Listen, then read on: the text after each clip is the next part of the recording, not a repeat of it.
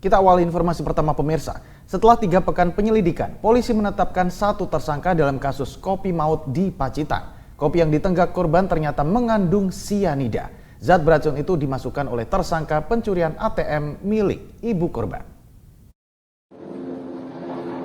Satreskrim Polres Pacitan menetapkan Ayu Vindi Artika sebagai tersangka kasus kopi maut di Kecamatan Sudimoro, Pacitan. Dia diduga memasukkan racun sianida ke dalam kopi yang diminum Muhammad Rizky Saputra. Bocah 14 tahun itu belakangan diketahui meninggal dan makamnya dibongkar oleh polisi. Yang mengejutkan, Ayu merupakan tersangka kasus pencurian kartu ATM, buku rekening, dan KTP milik Sukatmini Ibu Rizky. Pelaku kemudian mengurus uangnya. Polisi berhasil menangkap Ayu pada hari bersamaan meninggalnya Rizky. Pelaku diringkus bermodalkan rekaman kamera pengawas bank.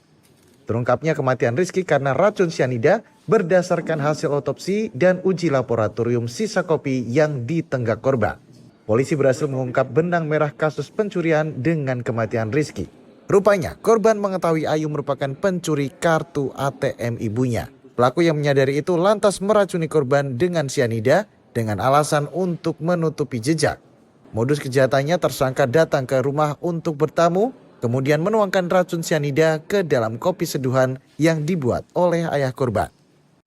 Satreskrim Polres Pacitan melakukan penyelidikan yang intensif tadi menggunakan, saya sampaikan secara ilmiah, crime scene investigation, jadi mengecek, memeriksa barang bukti, meminta keterangan dari saksi-saksi, termasuk melakukan ekshumasi dari korban MRS yang meninggal dunia itu. Nah, dari hasil CSI itu kita dapati bahwa pemeriksaan dari sisa kopi yang diminum oleh si korban dengan hasil dari pemeriksaan ekshumasi sampel dari bagian tubuh yang dicek ke labor itu adalah identik, yaitu mengandung sianida.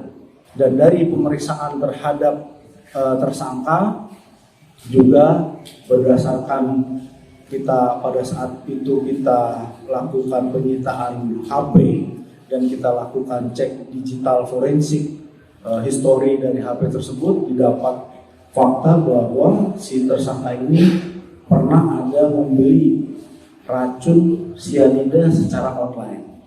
Si tersangka ini pun sudah diakui bahwa dia memang membeli.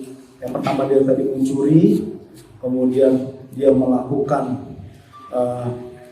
pemberian racun itu agar awalnya untuk menutupi kejadian awalnya, pencuriannya itu, agar dia tidak kemana-mana, dia berusaha membuat meracuni keluarga itu. Polisi menjerat tersangka dengan pasal 340 KUHP tentang pembunuhan berencana. Ancaman hukumannya pidana mati atau penjara seumur hidup.